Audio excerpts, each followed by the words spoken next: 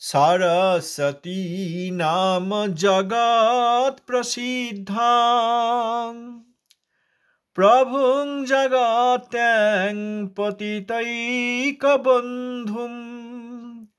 त्वमेव देव प्रकटीचकार नमो नमो गौरकिशोरतुभ्यं सरस्वती नाम जगत् प्रसिद्धं प्रभुं जगत्यां पतितैकबन्धुं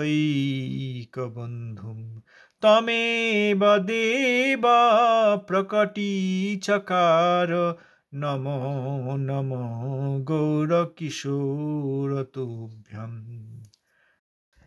चिरगौरजनाश्रय विश्वगुरुं गुरुगौरकिशोरकदास्य परं चिरगौरजनाश्रय विश्वगुरुं गुरुगौरकिशोरकदास्य परं परमादृतभक्तिविनोदपदं प्रणमामि सदा प्रभुपादपदं परमादृतभक्तिविनोदपदं प्रणमामि सदा प्रभुपादपदं।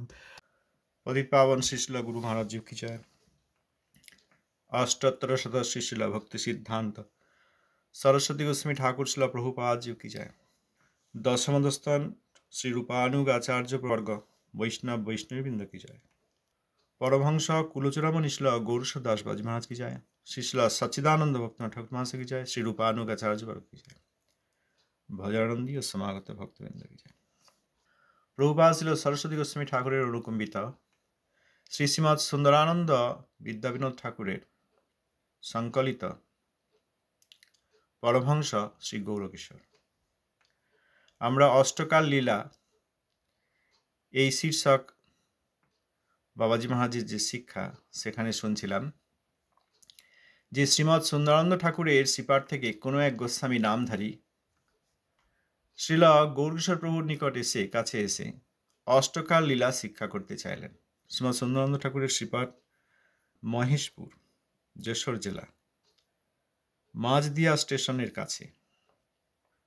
সেখান থেকে কোনো গোস্বামী নামধারী অর্থাৎ জাতি গোস্বামী তিনি এসে বাবাজি মহারাজের কাছে অষ্টকাল লীলা শিখতে চাইলেন।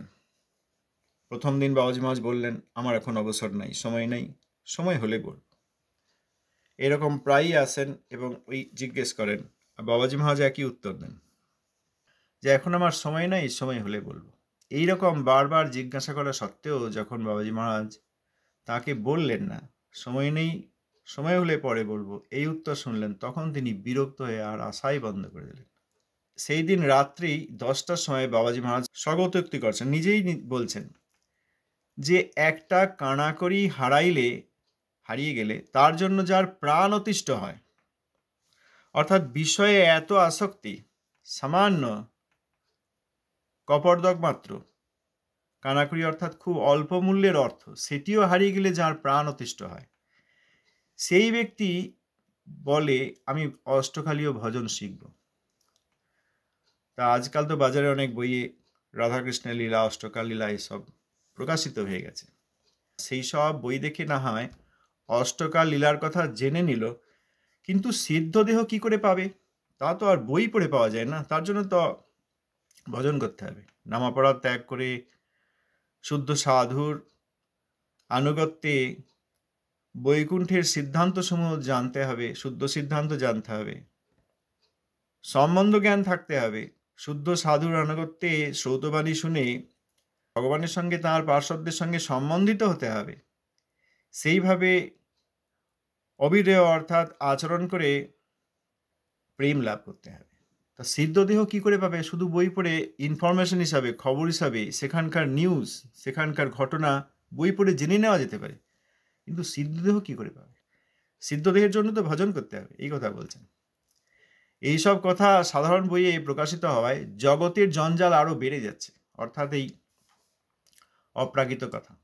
গতকাল আমরা এই নিয়ে বিশদে আলোচনা করেছি যে সাধারণ বইয়ে এইসব প্রকাশিত হয়, জগতের জঞ্জাল আরো বেড়ে যাচ্ছে, রাধাকৃষ্ণের প্রেমলীলা প্রকাশিত হচ্ছে, বাবাজি মহারাজ বলছেন জগতের জঞ্জাল বেড়ে যাচ্ছে। কারণ এই সব জিনিস পড়বে সাধারণ লোক, যাদের অধিকার নাই। তাতে ভগবানের প্রেমলীলাকে প্রাকৃত ঘটনার সঙ্গে তুলনা করবে, কারণ প্রাকৃত ঘটনা ছাড়া আমাদের আর কোনো অভিজ্ঞান নেই, অভিজ্ঞতা নেই। ভগবানের প্রেমকে প্রাকৃত ব্যক্তি, প্রাকৃত ভালোবাসা, প্রাকৃত ধাম, প্রাকৃত পার্ষদ এরকম মনে করলে চরম অপরাধ হয়। সাধারণ ব্যক্তিদের যেসব পাপ ক্রিয়া তার চেয়েও অনেক প্রকার বেশি, অনেক গুণ বেশি অপরাধ হয়। সাধারণ ব্যক্তির পাপ ক্রিয়া সেগুলি মন এবং শরীরের উপর প্রযোজ্য, অপরাধ আত্মার উপর প্রযোজ্য। আর এখানে অপ্রাকৃত প্রেম, যা অপ্রাকৃত রস, সেইটিকে অনর্থযুক্ত প্রাকৃত ভাবনাযুক্ত জীব যখন পড়বে তখন ওই প্রাকৃত ধারণাই আসবে। সুতরাং এতে জগতের জঞ্জাল আরো বেড়ে যাচ্ছে। লোকগুলি চাঙ্গে করিয়া দোতলায় চড়ে আর সেখানে বিষ্ঠা ত্যাগ করে, মানে ভোগী নাম্বার 1, চরম ভোগী। চাঙ্গে করে দোতলায় ওঠে, সিঁড়ি দিয়ে ওঠে না, আর সেখানে মলমূত্র ত্যাগ করতে ওঠে, বিষ্ঠা ত্যাগ করে। এত বড় সব ভোগী। আমার কাছে কত লোক আসলো, কিন্তু একজনও যথার্থ লোক পাইলাম না, সকলেই আমাকে ঠকাইতে আসিল। অনেক লোক আসেন, অনেক লোক আসেন, যথার্থ লোক সত্যিকার হরিভজন করতে চায় এরকম ব্যক্তি আমি এখনো পেলাম না, সব আমাকে ঠকাতে আসে। এইসব কথা শুনে আবার বাইরের জগতের কিছু লোক তারা ভুল ভাবে। এইগুলি বাবাজি মহারাজ বলছেন। এই অভট্টাচার্য এসছেন, তারপর আরেকজন এসে তিনি হরিনাম, উচ্চ হরিনাম সংকীর্তন হচ্ছে তখন ভাব প্রকাশ করেছিলেন, তাকে তাড়িয়ে দিয়েছিলেন। এরকম বহু আছে। তা যখন বলছেন এত লোক এলো আমি কাউকে পেলাম না, এখানে আবার কিছু অর্বাচীন লোক আছে, তারা মনে করবে তাহলে শুদ্ধ ভক্তির জন্যও কেউ আসেননি। তাহলে তো বাবাজি মহারাজ বলতেন যে 2-1জনকে পেয়েছি বা একজনকে পেয়েছি, এ তো বলেন নাই। বলেছেন যারা আসছেন সবই আমার কাছে এরকম আমাকে ঠকাতে এসছে। এই করে যারা শুদ্ধ ভক্ত তার কাছে এসছেন তাদের চরণে অপরাধ করে। এরকম প্রভুপাদ ছিল সরস্বতী গোস্বামী ঠাকুরের সম্বন্ধেও কিছু অর্বাচীন লোক, এই ঘরের মধ্যে ঢুকে পড়া লোক, তারা এটা মনে করে। প্রভুপাদ ছিল সরস্বতী গোস্বামী ঠাকুর কখনো কখনো বলেছেন যে এরকম বেশি কিছু কাউকে পাওয়া গেল না, যাদেরকে পেলাম তারা কেউ কিছুটা শুনছে কিছুটা শুনছে না। এইগুলি সাধারণ যেসব ব্যক্তি এসছেন তাদের জন্য বলেছেন, আর তার যেসব একনিষ্ঠ শিষ্য ছিলেন তাদের জন্য বলেন নাই। এই শব্দটা জেনারেলাইজ করে দিলে হয় না, তাহলে তার প্রকৃত শিষ্য যারা তাদের চরণে অপরাধ হয়। প্রকৃত শিষ্যগণের জন্য প্রভুপাদ বলেছেন যে এককালে এতগুলি শুদ্ধ ভক্ত পাবো আমি চিন্তা করতে পারিনি। প্রভুপাদ বলেছেন যখন গুরুদেবের অন্বেষণ করছিলাম তখন ভেবেছিলাম যে মহাপ্রভুর সময়ে, অপ্রাকৃত লীলার সময়ে সাক্ষাতে, তখন মহাপ্রভুর সব পার্ষদ ভক্তগণ এসেছিলেন, সেই রকম কি আর পাওয়া যাবে? গুরু অন্বেষণের সময় ভেবেছিলেন। তারপর তার প্রকৃত শিষ্যগণকে দেখে শ্রী ব্যাস পূজার প্রতি অভিভাষণে, অর্থাৎ ব্যাস পূজায় শিষ্যগণ বাংময়ী পুষ্পাঞ্জলি দিতেন, অপ্রাকৃত শব্দের দ্বারা প্রভুপাদের পুষ্পাঞ্জলি দিতেন। এইভাবে প্রভুপাদকে অ্যাড্রেস করলে, অর্থাৎ প্রভুপাদকে বাংময়ী পুষ্পাঞ্জলি দিলে, প্রভুপাদ তার প্রতি অভিভাষণে, প্রভুপাদ তাদেরকে জবাব দেওয়ার জন্য, প্রত্যভিভাষণ মানে কি? প্রতি অভিভাষণ, অর্থাৎ শিষ্যগণ প্রভুপাদের গরিমা কীর্তন করেছেন, তাদেরকে উত্তর দেওয়ার জন্য প্রভুপাদ যা বলছেন সেখানে বলেছিলেন যে এতগুলি শুদ্ধ ভক্ত একসঙ্গে পাওয়া যাবে এ আমি কল্পনা করতে পারিনি। অতএব শিষ্যগণকে শুদ্ধ ভক্তই বলেছেন। আবার অন্যত্র তিনি বলেছেন যে কাউকে সেরকম পাওয়া গেল না, যারা এলো তারা কিছুটা শুনছে, কিছুটা নিচ্ছে, কিছুটা নিচ্ছে না, নিজের কিছু ধারণা এখনো রেখে দিচ্ছে। আবার এক জায়গায় বলেছেন এরা আমাকে ধোপা রাখে, সাধারণ লোক তারা ধোপা রাখে, নাপিত রাখে, সেই রকম করেই এরা আমাকে। এই কথাগুলি শুদ্ধ ভক্তদের জন্য বলেননি। অনেক ব্যক্তি এসছেন যারা প্রভুপাদের কথা সেই সময়ে গ্রহণ করার মতো যাদের সৌভাগ্য হয়নি। অনেক মনীষীও এসছেন, তারা কিছুটা শুনেছেন, কিছুটা শুনেননি, চলে গিয়েছেন। আবার অনেক সাধারণ লোক এসছেন, তারা এসব বুঝতে পারেন নাই। এই রকম বলছেন। শুদ্ধ শিষ্য যারা, তাদের কথা বলেন নাই, তাদের কথা এইখানে বলেছেন। তো যে কোনো একটা শব্দকে, যে কোনো একটা বাক্যকে এইভাবে জেনারেলাইজ করা যায় না। যাদের অপরাধের প্রপেন্সিটি আছে, মানে আমি অপরাধী করব, আমি মহাবৈষ্ণবদের সঙ্গে প্রতিদ্বন্দ্বিতা করব, বা আর কাউকে প্রতিদ্বন্দ্বী রূপে দাঁড় করিয়ে দেবো, তখন সবাইকে আমি অবমাননা করব, এইরকম একটা দুর্ভাগ্য এসে গেছে জগতে বর্তমানে। এখানে যে বাবাজি মহারাজ বলছেন, আমার কাছে কত লোক আসিল, কিন্তু একজনও যথার্থ লোক পাইলাম না, সকলেই আমাকে ঠকাইতে আসিল, এইটা বেশিরভাগ যারা এই বিষয়ী, জাতি গোস্বামী বা বৈষ্ণবরূপ, বৈষ্ণব সম্বন্ধে প্রকৃত ধারণা নেই, তাদের জন্য বলছেন। যদিও এখানে বলছেন একজনও যথার্থ লোক পাইলাম না, তাদের মধ্যে এইটা ভেবে যেন কেউ আমরা অপরাধ না করি, এইটা দেখা যায়। এরপর বলছেন, যাহারা অষ্টকাল লীলা শিক্ষা করিবে, তাহাদের সর্বাগ্রে সমস্ত অসৎসঙ্গ পরিত্যাগ করিয়া সাধু সঙ্গে নিরন্তর হরিনাম করিতে হইবে। অষ্টকাল লীলা শিখবে যারা, প্রথমে তাদেরকে যত রকম অসৎসঙ্গ আছে সব পরিত্যাগ করে সাধু সঙ্গে নিরন্তর হরিনাম করতে হবে। নিরন্তর সাধু সঙ্গে নিরন্তর হরিনাম আমরা শুনেছি এর আগে, বাবাজি মহারাজ, ঠাকুর মহাশয়, প্রভুপাদ, এনাদের উপদেশ অনুসারে মহামন্ত্র যে মহাপ্রভু দিয়েছেন, এটি সংখ্যাত এবং অসংখ্যাত, কীর্তনীয় এবং জপ, চারটি ব্যাপার আছে। সংখ্যাত অর্থাৎ আমরা সংখ্যা রেখে প্রতিদিন যে ন্যূনকল্পে একটা সংখ্যা নেওয়া, যে প্রতিদিন এত সংখ্যা আমি করবই, সাধকের এরকম একটি সিদ্ধান্ত থাকে, প্রতিজ্ঞা থাকে। সেই সংখ্যাটি প্রভুপাদ বলেছেন গৌড়ীয় মঠের শিষ্যসূত্রে প্রত্যেককেই কমপক্ষে 1 লক্ষ হরিনাম করতে হবে, সেইটা সংখ্যাত 1 লক্ষ। আর অসংখ্যাত অন্যান্য সময়ে, অর্চনের সময়ে, কোথাও যাচ্ছেন সেই সময়ে, উচ্চ কীর্তনের সময়ে, যেখানে শুদ্ধ ভক্তগণ প্রধান হয়ে কীর্তন করছেন, তাদের অধীনে কীর্তন করতে গিয়ে সেখানে উচ্চ কীর্তন হচ্ছে, এটি অসংখ্যাত। তখন কেউ গুনছেন না যে আমি কতবার করলাম, অসংখ্যাত।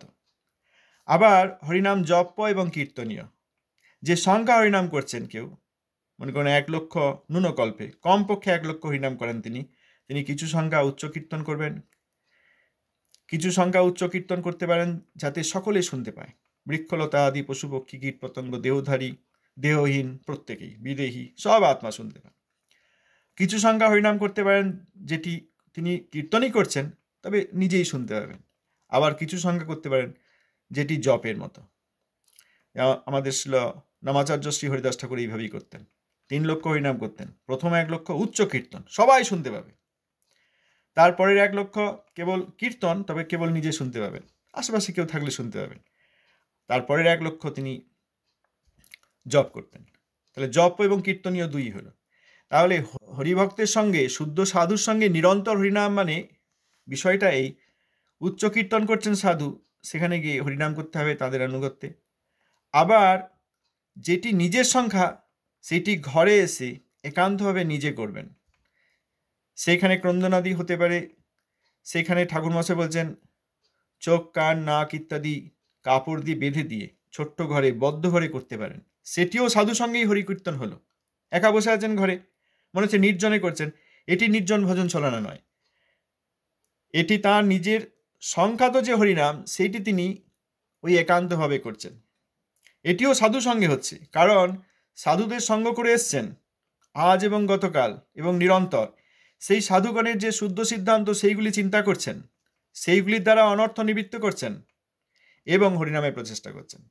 সাধুগণকে হৃদয়ে ধ্যান করে করছেন। প্রভুপাদের শিষ্যগণ, গুরুবর্গগণ, প্রভুপাদ, বাবাজি মহারাজ, ভক্তনাথ ঠাকুর, জগন্নাথ দাস বাবাজি মহারাজ, এইভাবে এনাদেরকে স্মরণ করতে করতে করছেন। মহাপ্রভুর পার্ষদগণকে স্মরণ করতে করতে করছেন, এনারা সব মহাপ্রভুর পার্ষদ। তা সেটাও ওই সাধু সঙ্গে নিরন্তর হরিনাম হচ্ছে। কেউ যেন এরকম মনে না করেন যে আমার যে সংখ্যা নাম, সেটাও আমি একটি ঘরে আরও 16 জন 20 জনের সঙ্গে করবো, এরকম অনেকে করেন। এটা ঠাকুর মহাশয় বলেন নাই। নিজের যে সংখ্যার নাম, সেইটি একান্তেই করতে হবে। সেইটাকে নির্জন ভজন ছলনা বলা হয় নাই। নির্জন ভজন ছলনা মানে সাধুর সঙ্গই করেন না, তিনি সবসময় নির্জনে থাকেন, তিনি একাই থাকেন, নির্জনে থাকেন, এটা নির্জন ভজন। নিজের সংখ্যা নাম যেটি একান্তে নির্জনে করতে বলেছেন, সেটিকে নির্জন ভজন বলা হয়নি, সেটিও সাধু সঙ্গেই হরিনাম, কারণ তিনি হৃদয়ে সাধুর সঙ্গ করছেন। উচ্চ কীর্তনের সময় সাধু সঙ্গ করছেন, হরিকথা শ্রবণ কীর্তন আদি করছেন, সাধু সঙ্গ করছেন। সেই সঙ্গের প্রভাবে তিনি একান্তে হরিভজন করতে পারছেন। সুতরাং এখানে বাবাজি মহারাজ বলছেন, অষ্টকাল লীলা শিখতে গেলে প্রথমেই অসৎসঙ্গ ত্যাগ করতে হবে। বড় স্টেপ, বড় পর্যায়ে অসৎসঙ্গ ত্যাগ, সর্বপ্রকার অসৎসঙ্গ ত্যাগ করতে হবে। অসৎসঙ্গ ত্যাগ বলতে শুধু এই যারা ধূম্রপান করে তাদের সঙ্গ ত্যাগ, বা মদ্যপান করে তাদের সঙ্গ ত্যাগ, বা মৎস্য মাংসাদি খায় তাদের সঙ্গ ত্যাগ, তা তো বটেই। আবার এই সাধুরূপী যারা অসাধু, বৈষ্ণব সেজেছেন কিন্তু বৈষ্ণব রূপ, তাদের সঙ্গ ত্যাগ করতে হবে। এটি বিশেষ করে অন্যান্য বিষয়ই পাপ ক্রিয়া করে ইত্যাদি, বা কোনো নেশার প্রতি আসক্ত, অমেদ্যাদি খায়, এটা তো সাধুই নয়, সাধারণ জীব পাপ ক্রিয়ায় রত। সাধুর সঙ্গ হলে এদের যে কোনো সময় মঙ্গল হতে পারে। এনারা বালিশ, এনারা অন্তত বৈষ্ণব অপরাধ, শাস্ত্রনিন্দা, তারপর রাধাকৃষ্ণের প্রেমলীলা শুনে নিয়ে আমি প্রাকৃতভাবে ভাববো, এসব করেন না। এনারা পাপ ক্রিয়া আদি করেন। অতি সহজেই মঙ্গল হতে পারে শুদ্ধ সাধুর সঙ্গ হলে, যে কোনো দিন মঙ্গল হতে পারে। কিন্তু যারা কপট এবং ছলধর্মী, যারা এই সাধু সেজেছেন, তিলক সেবা করেন, গলায় তুলসীমালা রয়েছে, হরিনাম জপ করেন, বিভিন্ন শ্লোকাদি বলেন, হাসেন, আনন্দ করেন, আর বৈষ্ণব নিন্দা করেন, এইগুলি বৈষ্ণব রূপ। এ একটা ভয়ঙ্কর অসৎসঙ্গ। এই তত দুঃসঙ্গ মুৎসৃজ্জু শস্য সজ্জেত বুদ্ধিমান, এই শ্লোকানুসারে এই অসৎসঙ্গ পরিত্যাগ করতে হয়। তারপর শুদ্ধ সাধু কে, কৃষ্ণৈক শরণ সাধু কে,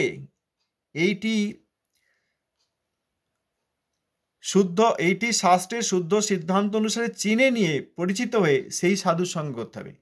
সেই রকম সাধুর, প্রকৃত সাধুর সঙ্গ, মধ্যম বৈষ্ণব বা উত্তম বৈষ্ণব, নিজাপেক্ষা শ্রেষ্ঠ মধ্যম বা উত্তম বৈষ্ণব, যে বিরল। উত্তম বৈষ্ণব তো বিরল থেকে বিরলতম, পাওয়াই যায় না, খুব কম, হাতে গোনা কয়েকজন থাকেন পৃথিবীতে। আর মধ্যম বৈষ্ণবও বিরল, ও সহজে পাওয়া যায় না।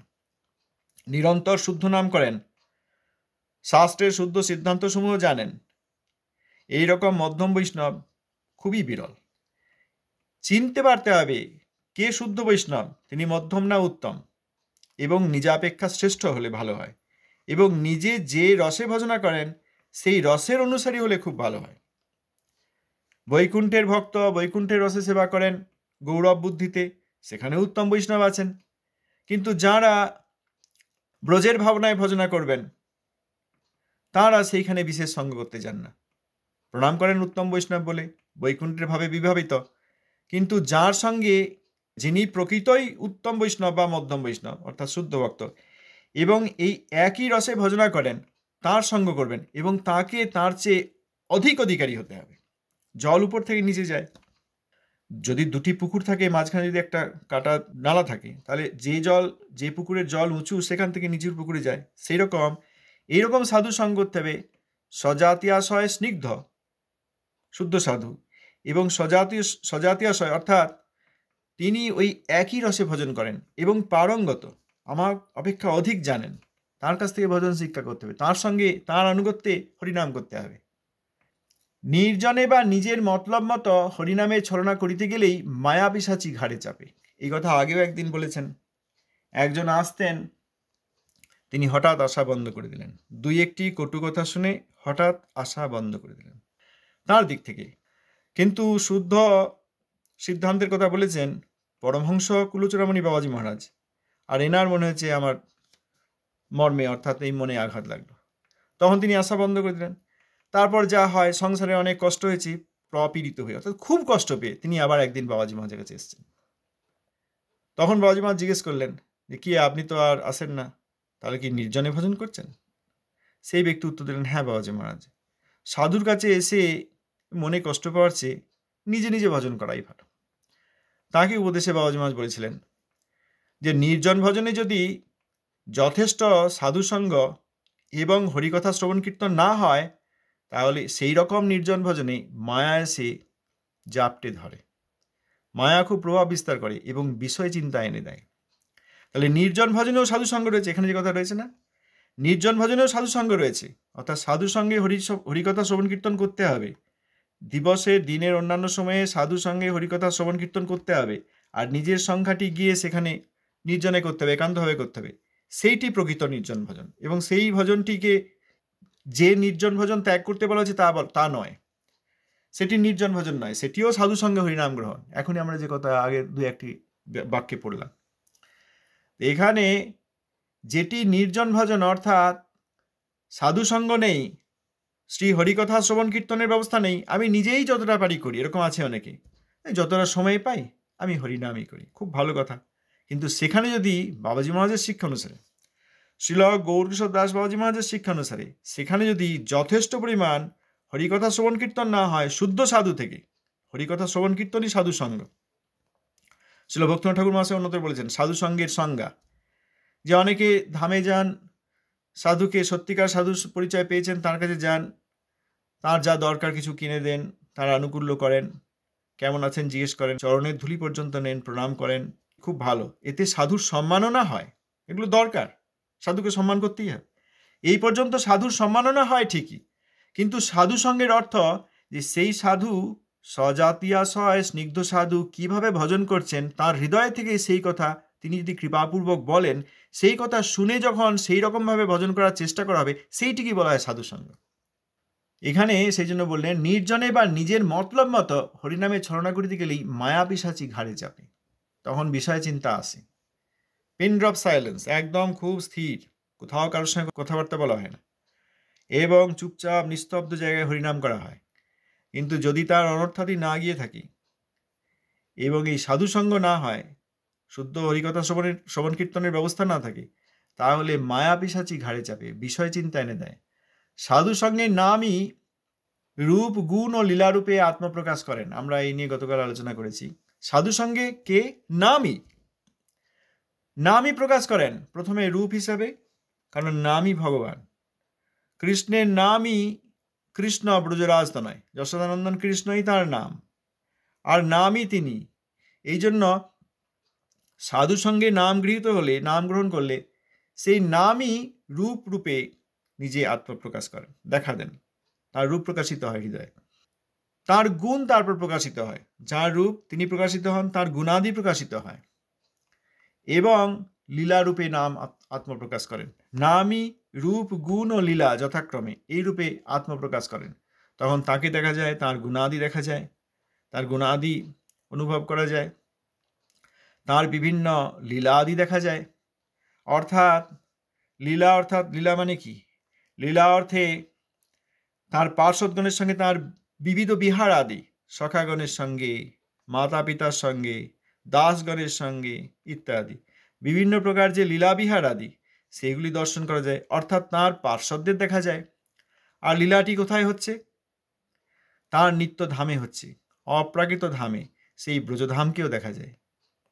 তিনি ধামসহ পার্শ্বসহ বিহার আদি করছেন, এই রকম দর্শন পাওয়া যায়। একটি উপায়, সাধু সঙ্গে নাম, এই নামই প্রকাশিত হবেন।